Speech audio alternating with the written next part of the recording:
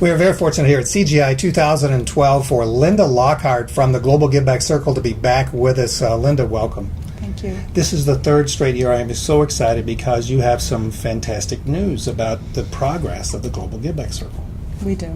And actually, I brought some of that fantastic news with me today. We're going to be talking with Mary in a few minutes, but Linda, since we first started, I think we're at a level of 35 girls in the program. We were, yes. It's not that way anymore, is it? No.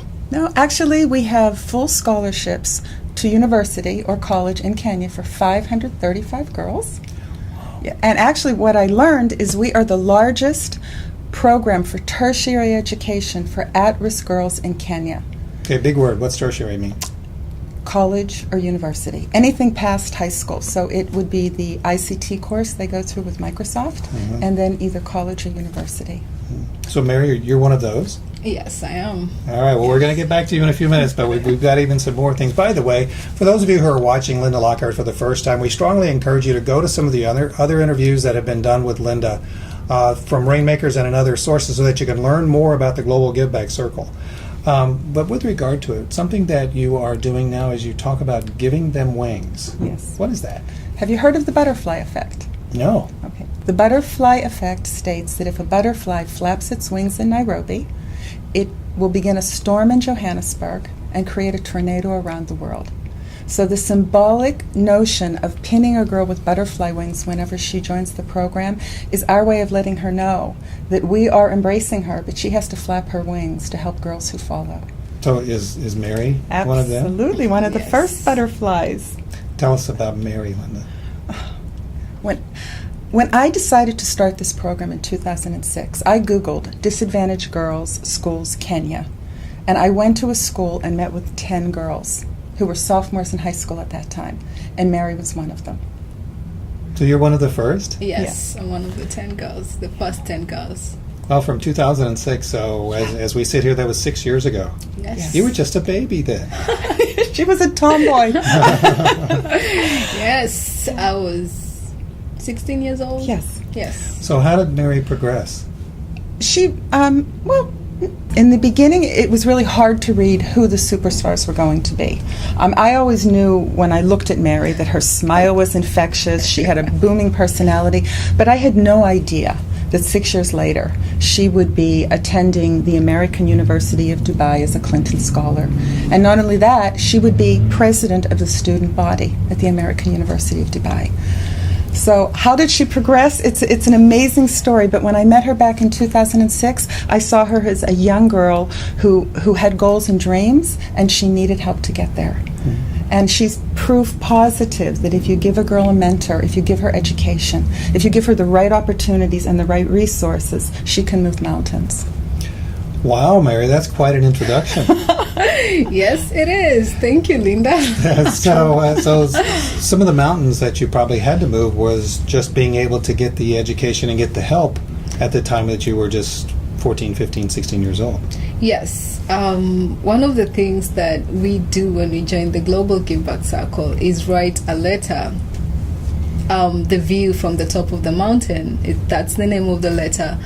You literally take a telescope and look way into the future from where you are 2-3 years from now.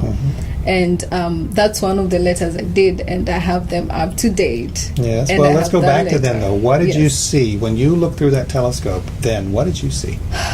One of my dreams was to actually just graduate from high school and get a chance to join university. And I'm now in university. So that was one of the dreams I really wanted to achieve. And with the help of the Global Giveback Circle and really great hard work and mentoring, I finally got into university. And not only just a university, but I got to be a Clinton Scholar into the American University in Dubai. And it's been a great experience. Linda, I know that all of the girls are special. Yes. What was extra special about Mary that helps her do so well? And tell us about her mentor, too. What's extra special about her is she's fearless. You are really fearless. She fears nothing, and that's what it takes. And she also has a really good relationship with her mentor. Mary, you speak with your mentor on Skype every week. Yes, Really? I do. So she took the mentorship part of the program very seriously, and she also took the giving back part seriously. That was one of the things I admired about Mary in the beginning. She was very much into doing her give back commitment, writing progress reports, so it's a part of her DNA. So when you combine all of that, she's the perfect role model for the girls who follow. What did you get out of the mentorship? Why was it so important to you? It's very important even today to me, and the reason as to why, and I would like to mention that I have had so many mentors in my life who, starting from my mother and then going into the Global Give Back Circle, where I was assigned to a mentor. Her name is Charlie. She's from London. And just aside from that, having Linda on my side every time, when you're confused, and you want to ask something, and she's always coming to Kenya. All our mentors don't always come to Kenya, and I took a step to develop a relationship with Linda, and I would ask her things, I would email her, and those are three of the great women who have shown up in my life and up to date, and they're still there. And the most important thing I've gain from these three women, it's just following in their footsteps. My mom, she's the most humble woman I have ever known in my life. She's industrious and really, really humble, and she works so hard. My mentor, she's exceptional. She's trained me through through university. I wanted to choose my causes. She's been there for me. She came to visit me all the way. One of the things our mentors talk to us about is the 5 selves. The spiritual self, relationship self, the social self, and all the physical self, all the 5 selves that surround a girl. And for Linda, okay, just being here, staying with her in New York, and just watching her do the things she does, and for her coaching me through career choices, the things to do at the right time, when to do them, when to say this, when not to say something, when to go out there, when to just hold back and, stay as a woman, when to hold yourself as a woman and just, be gentle as you are. I attribute all those things to them. Linda, I know that you want your organization to grow, and it is growing. Yes. How can you clone yourself? I have. I have 535. And that's how it's going to grow. Sometimes I think, what if I get killed in a plane accident? What will happen to the program? When you train these beneficiaries to be benefactors, when you instill in them that they are the capacity building people talk about, this program will grow. We're going to Rwanda next. We're going to Uganda after that, and Zimbabwe after that. And the first team of girls have actually formed a consulting company in Kenya, which is called Circle Consulting. And when these other countries need help implementing the process in their country, Circle Consulting will go and do that implementation. What do you do as a Circle consultant? We consult about the process, the Global Give Back Circle process. It's a process where, girls get into it, and once you're introduced into it, you go through all this transitioning period, and we need people to be able to explain the process. So you're building a whole world of change for girls. Yes, we are. Wow, that's fantastic. Before we started this interview, you were telling me something of a very deep piece of writing from Mary. And I don't think Mary's going to talk about it, but you're going to help, right? I will. Mary is a brilliant writer and communicator. She's a raw writer. She tells it as it is, and she has a passion for human rights, which in her view are women's rights. They're one and the same. But she also comes from a country where, although it's forbidden by law, it still happens, which is female genital mutilation. She wrote a brilliant article on it. And the name of it, I think you called it The Venus Cut. Yes. Which is very symbolic about how raw it is, but it draws attention to the atrocities that are taking place. But the call to action is to allow girls in Kenya to know where there are safe havens they can go to, rescue centers, if they feel that this is going to happen to them. Yes. Mary, I have to ask you, do other girls come up to you and say, thank you, and I want to get in this program, and you've helped me? Okay. Yes, they do. And I would say that one of the things that people should know about the girls in the program, in the Global Giveback Circle, is that each and every one of us, we have ways to just shine. All of us, the 535 of us. I'm good in some of the things. You'll find different girls. I would even mention names: Wukista, Vera. Those are some of the girls we're working with in the Circle Consultancy. And, each one of us is just a shining candle in their own way. And all of us just complement each other to bring out, the whole program and just ourselves the way we want us to be. I'm writing about female genital mutilation, but there's a team on the ground who are going out there talking to these girls who are facing that, because I study in Dubai. I'm far away from that, so I don't have the grassroots experience of it.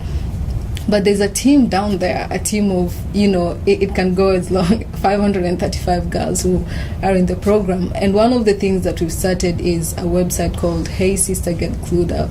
It's a CGIU commitment by the beneficiaries of the Global Giveback Circle. And this is a website which is creating a platform for girls to come and find critical information. It's a peer-to-peer exchange of information that, for example, as Linda mentioned, the safe havens, where girls who feel like they are at risk for FGM would run to, and they would get this information from that website. We're also talking about financial literacy. That's one of the things that is very, very important in a girl's life. We're also talking about, media, social media etiquette and intelligence. It's everywhere. People are using social network, and if there are rules that people should follow, and if you're a girl, you need to know what these rules are, what you should do, what you should not do. And also we're talking about, beauty, health, especially reproductive health. And all these things, it's all of us who are talking about it. We outsource information from mentors, from, women in the program and outside the program who are qualified in these areas to write about it. We even write about it. So we are a group of 535 girls shining into one huge candle and bringing out the program. Linda, is her country, Kenya, is it better for what she's doing? I believe so. And for what they're all doing, yes. It's the next generation. And you're right. One of these young women are going to be president. Mary, is your country, Kenya, better for what Linda and the Global Giveback Circle is doing? 1,000,000 times yes.